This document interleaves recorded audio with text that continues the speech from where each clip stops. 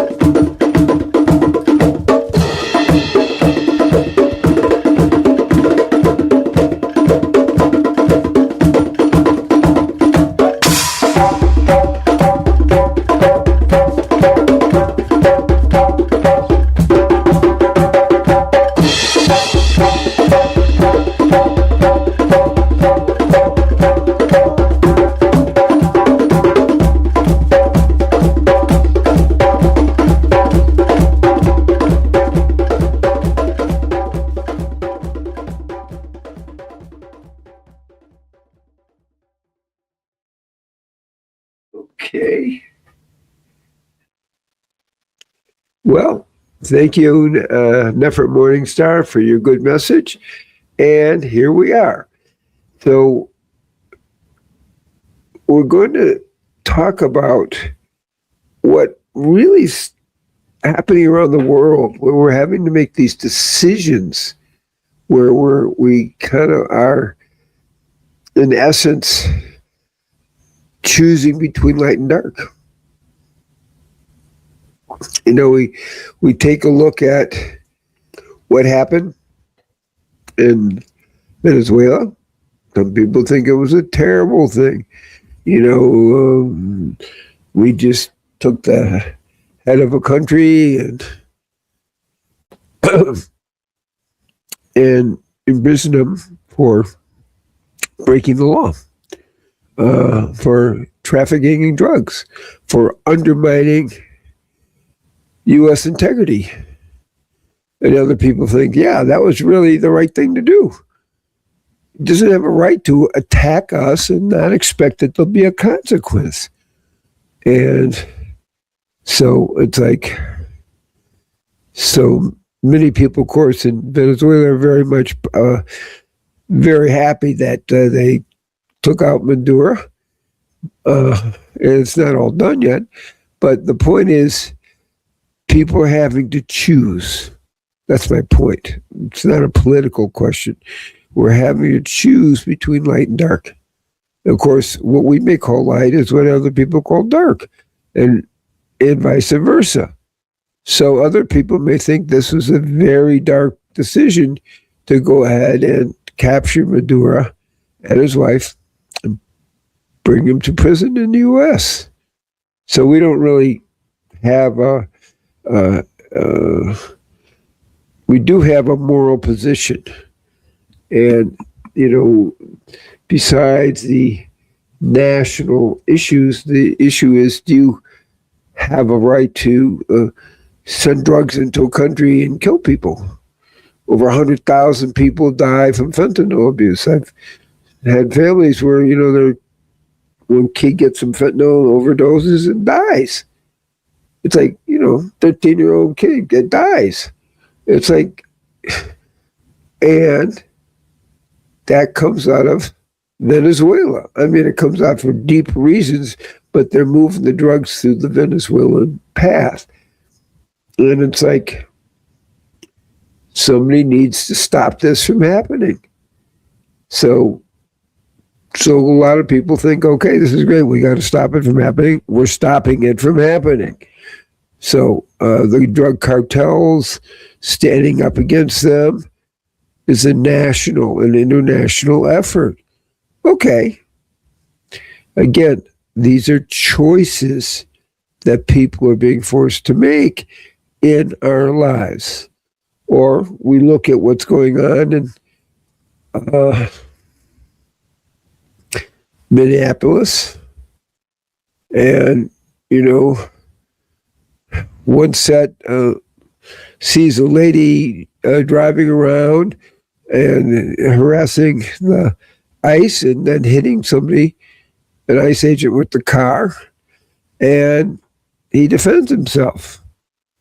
Other people say, hey, you just shot an innocent woman who was just driving. And it's like vastly different stories and vastly different perceptions. And that is kind of what's driving our country into a derangement.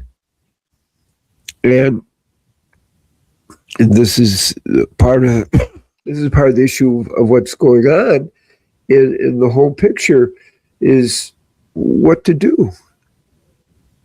How do we relate to all this in a good way that doesn't get us caught into civil war, which is part of what we're looking at. And people want to have this kind of destruction so we could make it into a civil war to overthrow the government. That's the game plan. It's not like new, not making it up. That's the written game plan. So we step back and we look, okay, do I want to play or do I actually not want to play?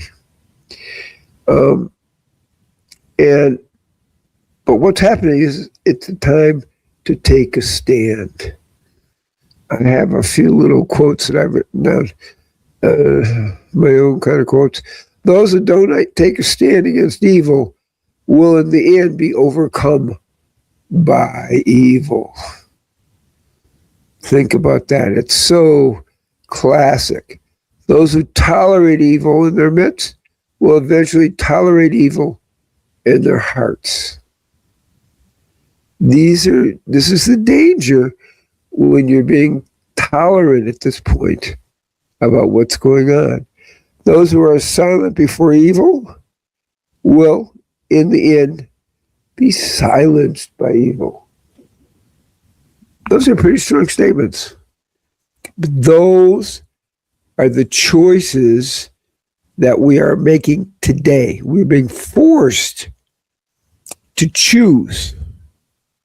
Do we return to a certain morality? Do we turn to the 10 Commandments or 10 speakings? Or we do whatever you feel is right?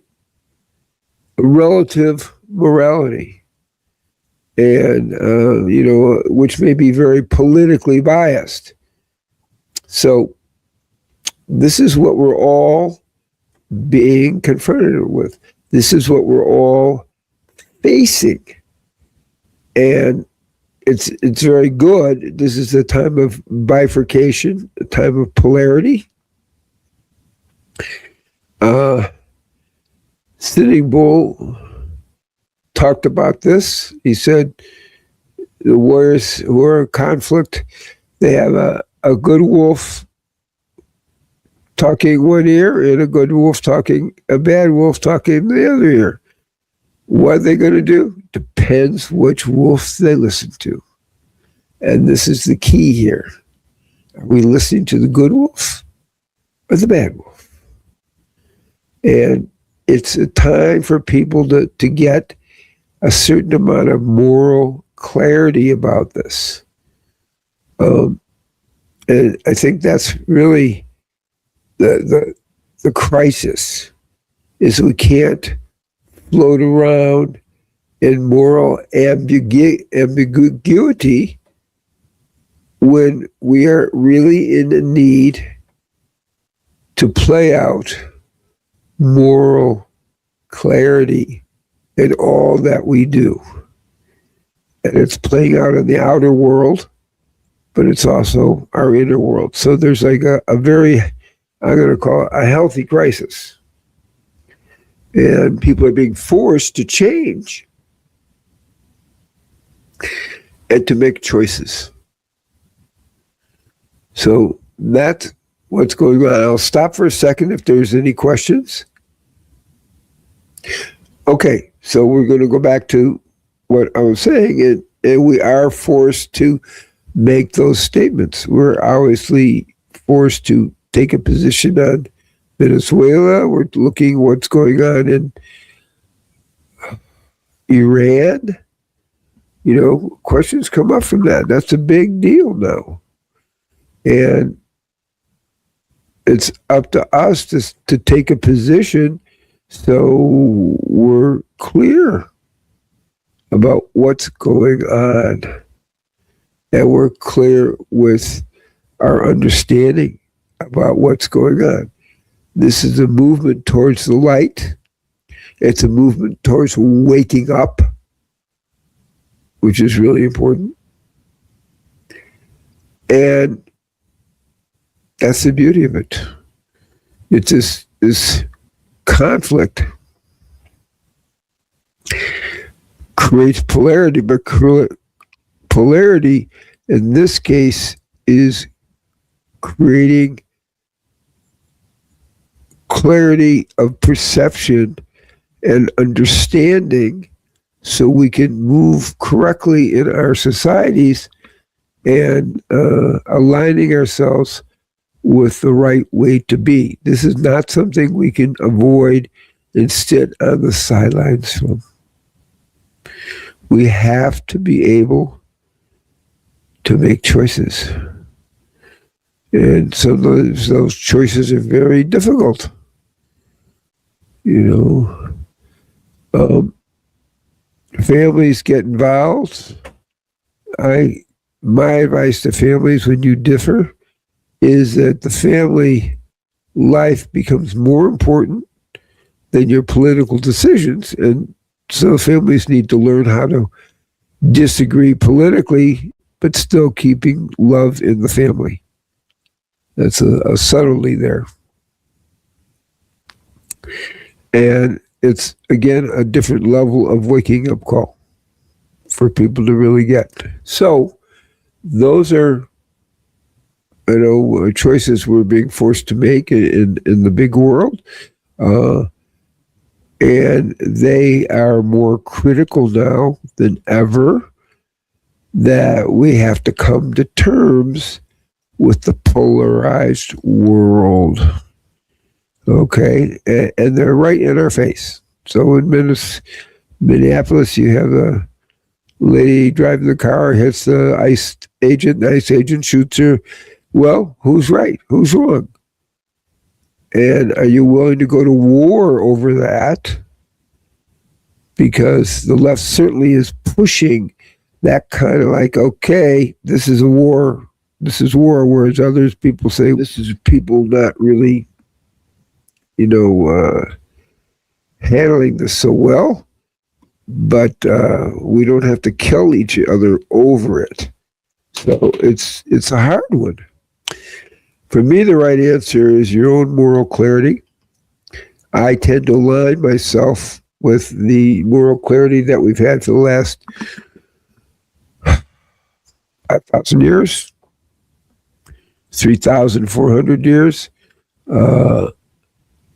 which is the 10 speakings or 10 commandments that were given us to actually prior to the time of Moses, really, and using those as historical guidelines that have been worked out over thousands of years, and tend to want to follow those rather than anything we make up in the moment to suit our political needs and justifications. That's how I approach it. It's like we need to be aligned with those around us, but we also, and we choose those around us who will be aligned with us, but also with historical reality and historical morality that's lasted for thousands of years. So it's like surrendering to God in the process, into the will of God, the best we know. Part of this struggle in society is that on the left we're looking at trying to deny the life, the existence of God in our society, that it's all us who make up the decisions. And we're obviously talking back to bringing God back into our world, even though there's a move in the United States to kind of push God to the side or out of it as a non-issue. There are issues of where they're trying to bring the Ten Commandments back into different schools. So society's in some level of turmoil, which is good, because it forces people to make choices. This is the time to make choices, and